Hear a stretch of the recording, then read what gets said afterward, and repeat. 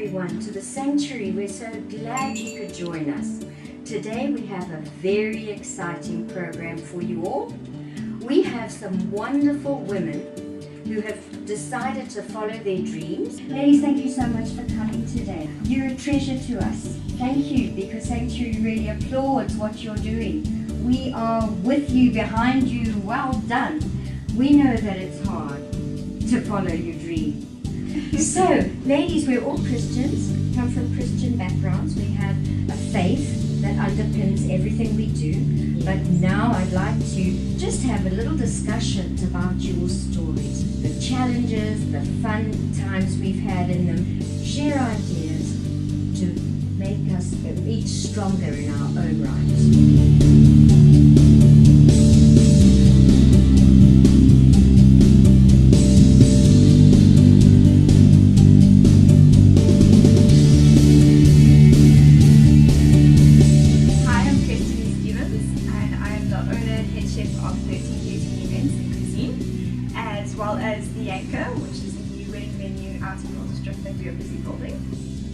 My name is Babalwa Kotuka.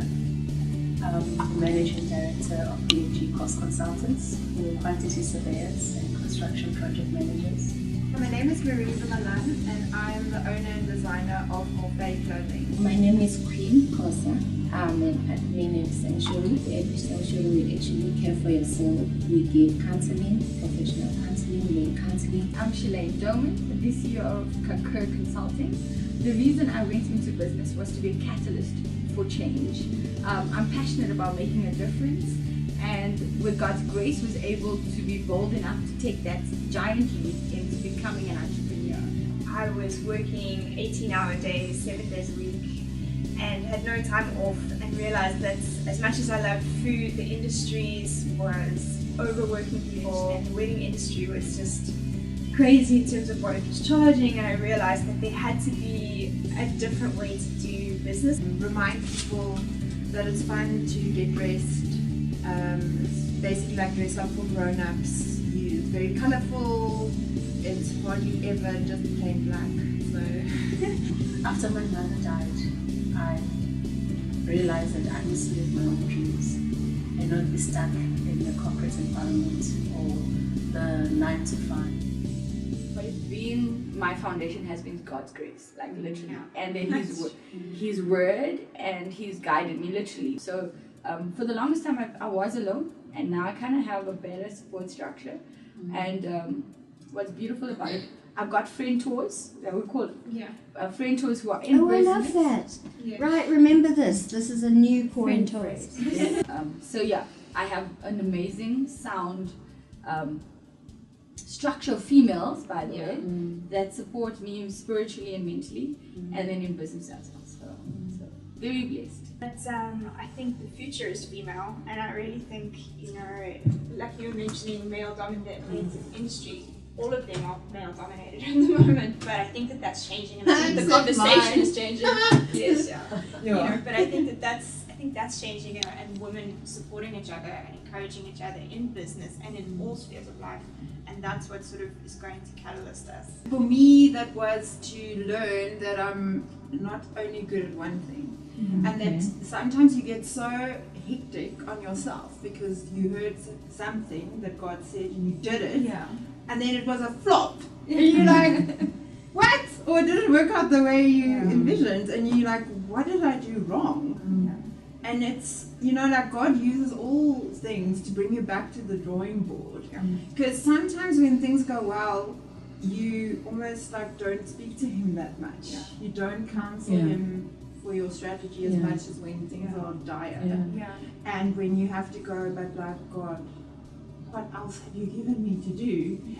Like, I remember at church they said, use what's in your hands. And I was like, tell me what's in my hands, because I don't know. So it's like, and also like you feel guilty. Have I sold out to my core dream? Because I thought it was like across this mountain, down the slope, through the little village, and now you're like, why am I on a boat? How did I get here? So I love it. That's exactly how I feel. I miss everything. But I loved it. You said eventually you find your feet. And that's good, because just as you find your feet, you're off to the next phase. That's very true, actually. The one thing for me is I'm learning also the total reliance on God. Because the industry itself, if you don't know anyone in influential positions, you don't find business. Because our main, as black women, our main client is government. And government is infested with people who know each other and who give business to each other. Whether they do the work or not is besides the point. So to have the ability to actually have a project without knowing anyone in any position, that on its own for me becomes a miracle. And I've decided to hold on to that and say, God, you are able to do it, and I'm going to grow in this. Yeah. That's beautiful. I want to give my dream the opportunity to live. I want to give my dream the opportunity to exist, to be a reality. This is my life. I don't care the ups and downs. I sleep peaceful. I sleep at peace with myself. I sleep content. I sleep a very happy woman right now. Women are nurturers, and we nurture more than one arena right now. We're in the home, we're in business, we're supports, we have personal lives, we have physical lives, making demands on us all the time.